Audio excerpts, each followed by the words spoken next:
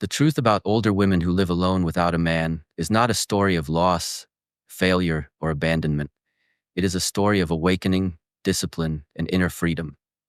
And when this truth is spoken, it is not meant to comfort the ego, but to liberate the soul. Because many people fear solitude not because it is empty, but because it removes distraction. And when distraction disappears, a person is finally forced to meet herself.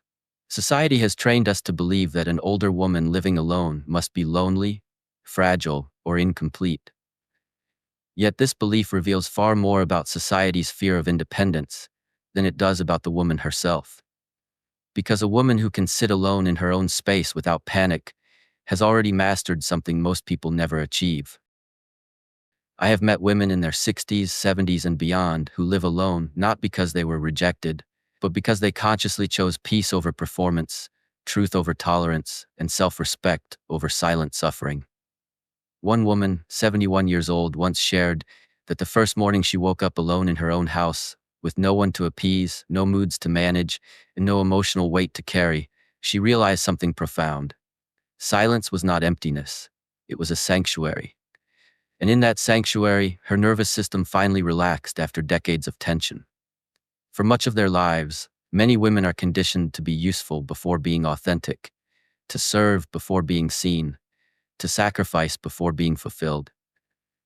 They wake up early not because they want to, but because someone else demands it.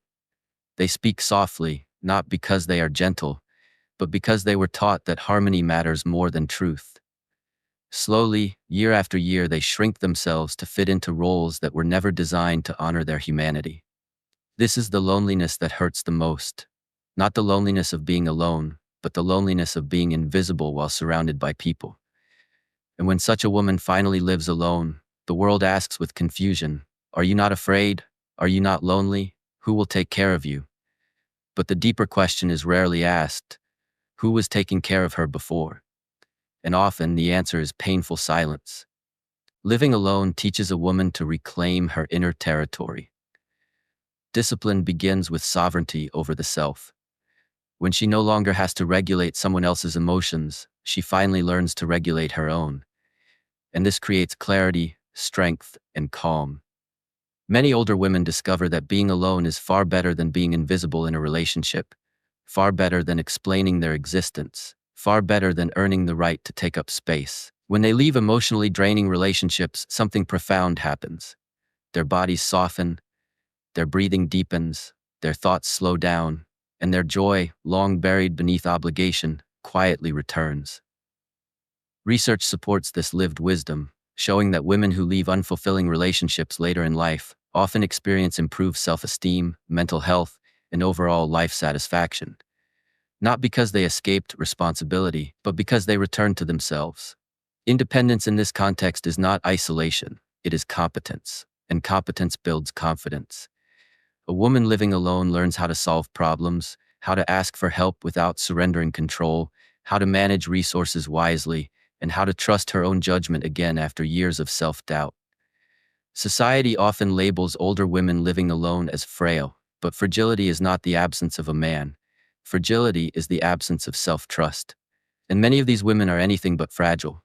They pay their bills, manage their health, maintain their homes, and make decisions from clarity rather than fear. As one woman said, she did not need rescuing, she needed resources. And once she learned how to access them, she realized she had always been capable. Freedom, when lived consciously, is not chaos. It is structure chosen by the self. True freedom is not doing whatever one wants impulsively, but living in alignment with personal values without external coercion. For an older woman living alone, freedom may look like eating when she is hungry, sleeping when she is tired, traveling without permission, spending money without guilt, or saying no without explanation.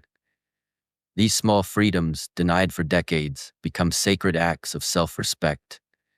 Many of these women built their lives with their own hands. They worked multiple jobs, raised children, cared for aging parents, survived divorce or widowhood, and still found the strength to buy homes, save money, and create stability on their own terms.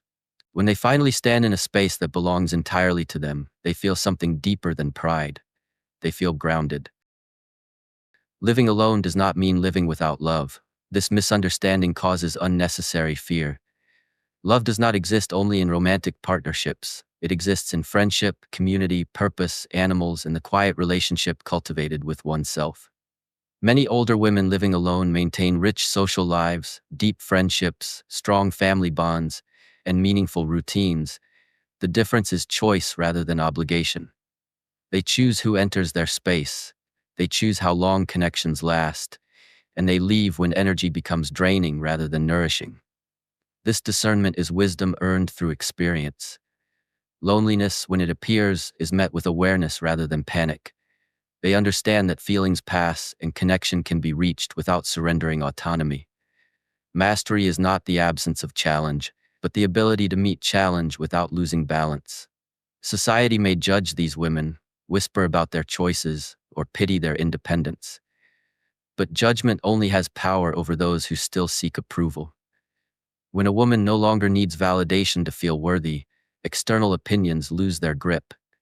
The world often feels threatened by women who do not need them, because need creates control, and independence disrupts narratives built on dependence. That discomfort belongs to society, not to the woman who has chosen herself.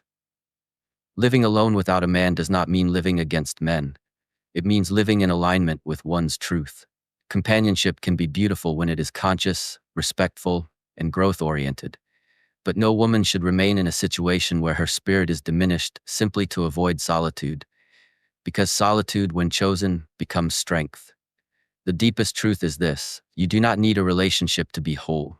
Wholeness comes from self-knowledge, self-discipline, and self-respect. And when these qualities are cultivated, any relationship chosen later becomes an addition, not a necessity. An older woman living alone is not late, not lacking, and not broken. She is standing in the mastery of someone who has finally stopped abandoning herself. This is not weakness, this is power. So if you are an older woman living alone, understand this clearly. Your peace is not a consolation prize, it is a victory, earned through awareness, courage, and discipline. And if this message resonates with you, reflect on what peace truly looks like in your own life. Share your experience if you wish, and subscribe to True Life Wisdom. Because here we do not chase noise or approval.